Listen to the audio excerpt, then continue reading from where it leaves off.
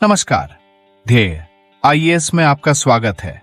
आज की चर्चा में हम इंडिया एजिंग रिपोर्ट 2023 पर बात कर रहे हैं। हाल ही में संयुक्त राष्ट्र जनसंख्या कोष ने इंडिया एजिंग रिपोर्ट 2023 जारी की है, जिसमें भारत की बुजुर्ग आबादी में पर्याप्त वृद्धि का अनुमान लगाया गया है। आइए देखते हैं कि रिपोर्ट के मुख्य निष्कर्ष क्या हैं।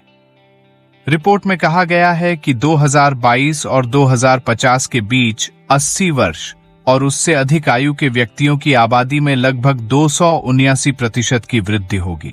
वर्ष 2050 तक भारत में बुजुर्ग आबादी के कुल आबादी का 20% से अधिक होने का अनुमान है, जो 2021 में 10% के वर्तमान हिस्से से दुगुनी है। रिपोर्ट से पता चलता है कि भारत में 40% से अधिक बुजुर्ग व्यक्ति सबसे गरीब वर्ग से हैं, जिनमें से 18% से अधिक के पास आय का कोई स्रोत नहीं है। बुजुर्गों में गरीबी का यह उच्च स्तर उनके जीवन की गुणवत्ता और आवश्यक सेवाओं तक पहुंच के बारे में चिंता पैदा करता है।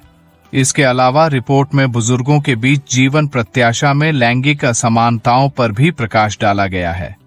औसतन पुरुषों की तुलना में महिलाओं की जीवन प्रत्याशा लंबी होती है। हालांकि ये अंतर भारत के विभिन्न राज्यों में अलग अलग हैं। साथ ही रिपोर्ट इस बात को भी रेखांकित करती है कि अधिक उम्र की महिलाओं के विधवा होने, अकेले रहने और अपने कल्याण के लिए परिवार के समर्थन पर बहुत अधिक निर्भर होने की संभावना होती है।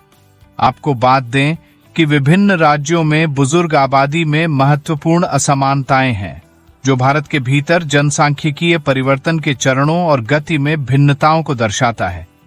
बुजुर्ग आबादी के अनुमान के साथ ये रिपोर्ट इनकी जरूरतों को पूरा करने के लिए अनुरूप नीतियों और समर्थन प्रणालियों के महत्व पर भी जोर देती है।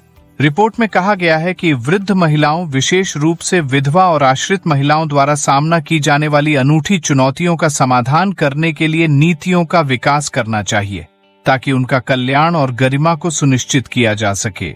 इसके अलावा बुजुर्ग व्यक्तियों को अपने समुदायों के भीतर रहने और अपने परिवारों से देखभाल और समर्थन प्राप्त करने की सुविधा प्रदान की जानी चाहिए। रिपोर्ट में कहा गया है कि बुजुर्ग व्यक्तियों को उनकी जरूरतों को पूरा करने के लिए बनाई गई सरकारी योजनाओं और कार्यक्रमों के बारे में जागरूकता अभियान शुरू किया जाना चाहिए, जिससे यह सुनिश्चित किया जा सके कि उनकी आवश्यक सहायता तक पहुंचो।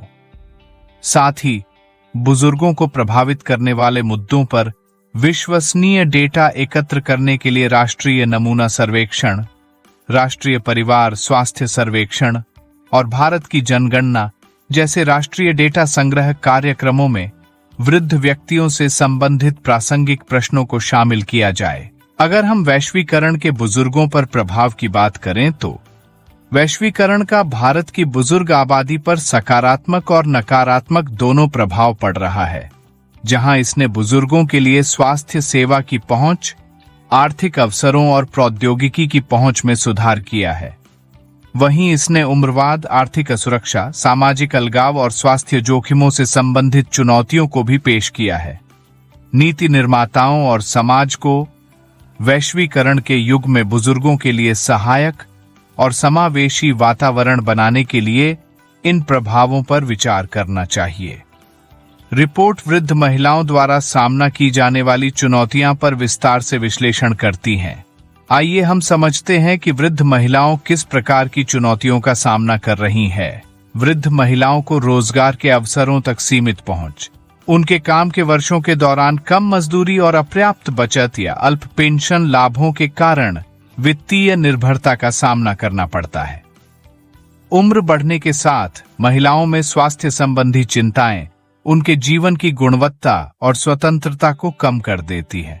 इसके अलावा वृद्ध महिलाएं, विशेष रूप से विधवाएं, उम्र बढ़ने के साथ सामाजिक अलगाव और अकेलेपन का ज्यादा अनुभव करती हैं। ग्रामीण क्षेत्रों में रहने वाली वृद्ध महिलाओं को स्वास्थ्य सुविधाओं तक सीमित पहुंच, अपर्याप्त बुनियादी ढांचे और देखभाल की जिम्मेदारियों या कृषि कार्य के बोझ जैसी अनूठी चुनौतियों का सामना करना पड़ता है।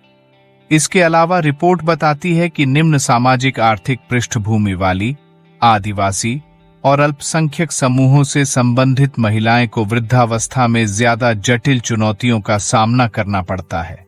इन चुनौतियों से निपटने के लिए नीति निर्माताओं और समुदायों के लिए यह महत्वपूर्ण है कि वे वृद्ध महिलाओं की अनूठी जरूरतों और कमजोरियों को पहचानें।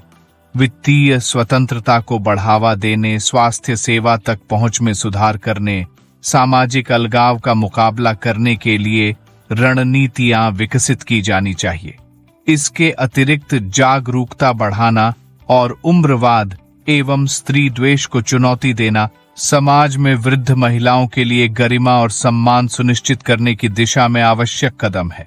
यद्यपि सरकार द्वारा वृद्ध लोगों के लिए कई योजनाएं संचालित की जा रही है, जैसे राष्ट्रीय सामाजिक सहायता कार्यक्रम, प्रधानमंत्री वय वंदना योजना, वृद्ध व्यक्तियों के लिए एकीकृत कार्यक्रम, राष्ट्रीय वयोश्री योजना आदि।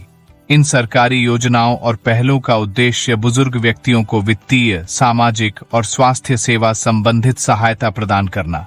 तथापि सरकार और समाज को बुजुर्ग जनसांख्यिकी की विशिष्ट जरूरतों को पहचान कर एक ऐसे समाज को विकसित करना चाहिए जो जीवन के विविध पहलुओं में उनकी सक्रिय भागीदारी को प्रोत्साहित करते हुए उनकी भलाई को प्राथमिकता देता हो। इस कार्यक्रम में बस इतना ही। अगर आपको यह वीडियो पसंद आया हो तो लाइक और शेयर करना न भूलें। धन्यवाद।